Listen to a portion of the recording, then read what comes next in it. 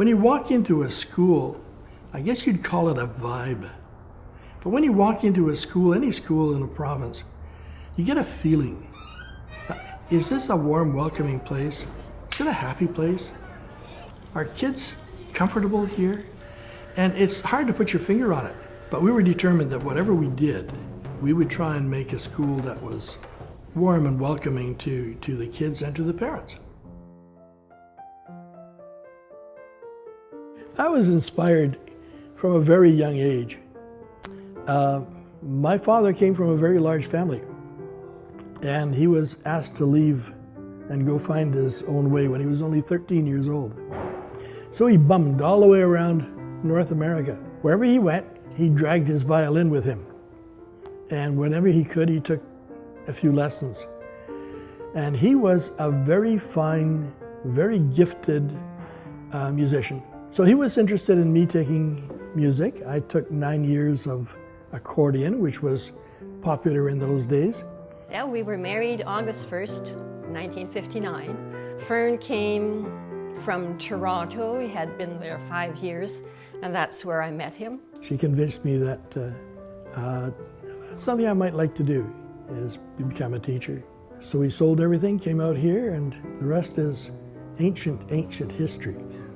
He had taken a technical course in Toronto, and he took all those fun courses like dress designing, magazine illustration, a lot of art courses. He was appointed onto the Fine Arts Council, which Don Portlands was president at the time. Now, I knew Fern before. He had taught my children, and we had worked at Centennial together. He used to be kind of bored with teaching his French, I think it was, and he would come in and sit in my art class. And I knew then that he was a true artist at heart. I was able to convince council through the Recreation Commission to send 3 of us to a national U.S. Park and Recreation Convention.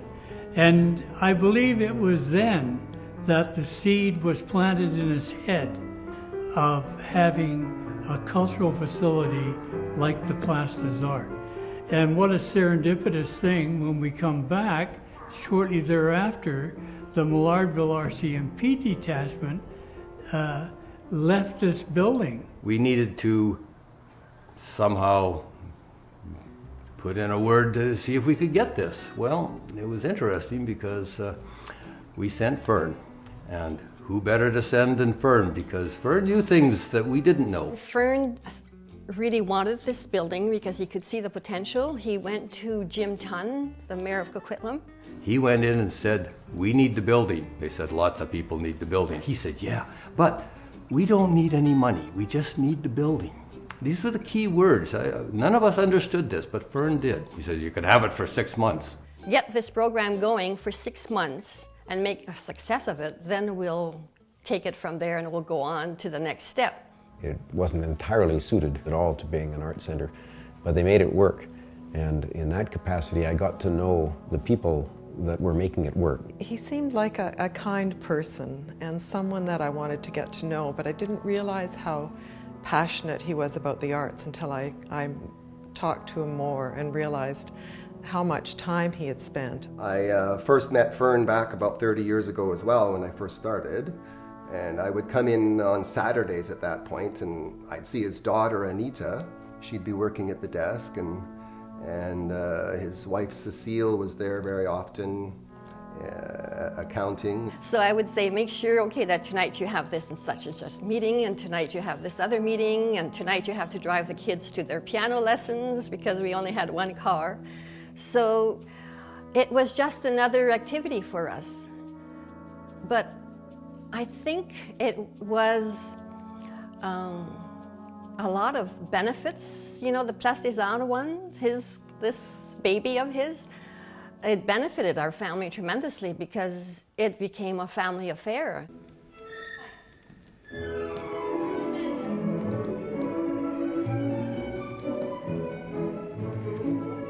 The Place des Arts that we have today is a result of Fern's passion and dedication and the role he played in the original philosophy which is our mission now. Art is for everyone, quality instruction, talented people, and a warm, welcoming environment. And Fern has attributed Place des Arts' success to the teachers, to the wonderful teachers we have here. And he's right. The thing that Fern did for me is he really changed my life. In the late 90s, I was a single dad, and as a man teaching young children music, it wasn't valued as much as other kinds of jobs. And I remember one day I was talking with Fern, and Place des Arts had just expanded, and I said, "Wow, Place des Arts sure is growing, and it's a beautiful new building, and it's great to see so many people coming to Place des Arts." And he looked at me and he said, "Well, Miss Dry, it's because of people like you that make Place des Arts." And that really changed my life, and it gave me so much confidence. Fern has a really special way with people. He's really sort of a neat guy to have around. He's always full of ideas. I want for the kids that are coming through here to have an experience that they'll remember for the rest of their lives.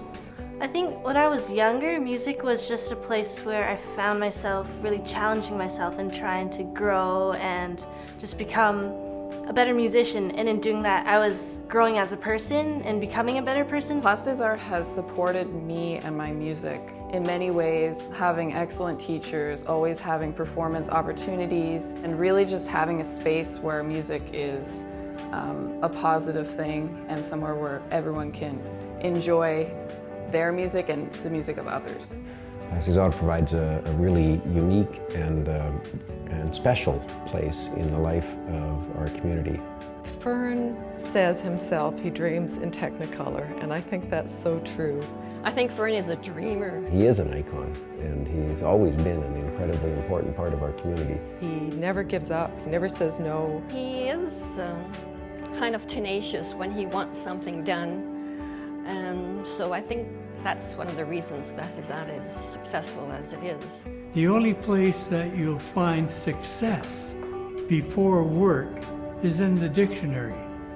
And so he conveyed that to his fellow board members, and he expected them to work in order for there to be success. And the success that we've experienced and others have experienced in the Place des Arts is quite memorable. Well, he's still on the committee. He's not president, but he still has enough on his plate to keep him going and keep him out of my hair sometimes, I suppose.